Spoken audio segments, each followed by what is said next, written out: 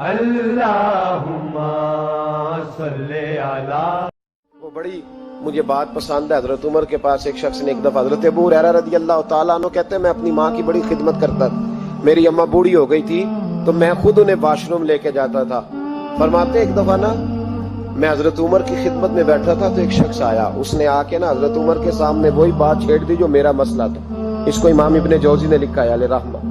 کہتے ہیں وہ کہنے لگا حضور ایک بات پوچھنی ہے جناب امیر المومنین رضی اللہ تعالیٰ عنہ. فرمانے لگے پوچھو. کہنے لگا حضور میری اماں بڑی ضعیف اور بوڑھی ہو گئی ہیں. مجھے آواز دیتی ہے بیٹے دوڑ کے آنا میں نے پیشاب کرنا ہے. میں دوڑ کے جاتا ہوں ماں کو اٹھاتا ہوں. معدہ کمزور ہے بڑھاپا ہے تو میں باتھ روم تک جاتا نہیں. اماں پہلے میرے اوپر پیشاب کر دیتی ہے. حضور جب میں چھوٹا تھا میں اماں پہ پیشاب کرتا تھا. اب اماں میرے اوپر کرتی ہے. حق تو ادا ہو گیا نا. وہی کام جو میں اماں کے ساتھ کرتا تھا اماں میرے ساتھ کرتی ہے. تو کہتے حضرت عمر مسکرائے. فرمانے لگے نہیں دوست کوئی حق ادا نہیں ہوا. کہنے لگا حضور کیسے نہیں ہوا میں وہی ساری ڈیوٹی کر رہا ہوں. کہتے پہلے عمر مسکرا رہے تھے اب فاروق اعظم کی آنکھوں میں آنسو آئے. فرمانے لگے تیری اور تیری ماں کی سوچ میں بڑا فرق ہے اور اسلام میں دار و مدار نیتوں اور ارادوں پہ ہے. کہا حضور کیا فرق ہے. فرمایا سن جب تیری ماں تیرے اوپر پیشاب کرتی ہے تو کہتا ہے اللہ بوڑھی ہو گئی ہے اسے پردہ دے دے. اور جب تو ماں پہ پیشاب کرتا تھا تو ماں کہتی تھی یا اللہ میرے لال کو لمبی زندگی عطا فرما. فرمایا تیرا اور تیری ماں کی سوچ میں تو پردے کی دعائیں مانگتا ہے کہ اللہ بڑی بوڑھی ہو گئی اب تو باتھ روم نہیں جا سکتی اسے سنبھال لے.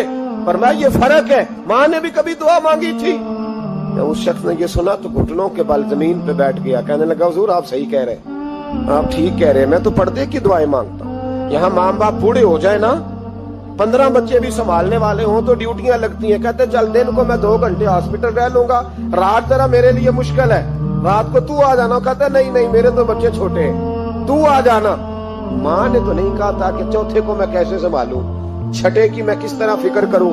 کبھی ایسا ہوا ہے کہ چھٹا بچہ پیدا ہوا ہو اور پہلے کی ماں نے کپڑے نہ بدلے ہو 5ویں بچے کو روٹی دی اور پہلے کو بھول گئی ہو. کبھی ایسا ہوا ہے کہ باپ میں نے ایسے لوگ بھی دیکھے. میرا ایک دوست تھا کالج میں اس کے کپڑوں جیسے کپڑے کوئی نہیں پہنتا تھا لیکن پھر شادی ہوئی حالات بدل گئے. تو ایک دن میں نے اسے کہا میاں تیرا کیا حال ہو. کہنے لگے چھوڑو دور گزر گیا ہے تمہیں پتہ ہے آمدن تھوڑی ہے خرچے زیادہ ہیں تو بیوی سے کہتا ہوں کہ بچوں کو بنا لے ہماری خیر ہے.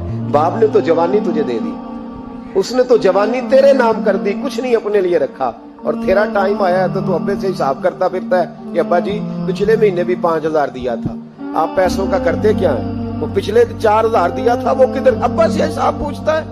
اگر کبھی ابا بیٹھا نا حساب کر لے تو 2 دیہڑیوں کا حساب نہیں تو دے سکے گا. اگر والد کبھی بیٹھا تو خدا را ماں باپ کے نافرمان کی نہ یہاں کوئی پہچان ہوگی اور نہ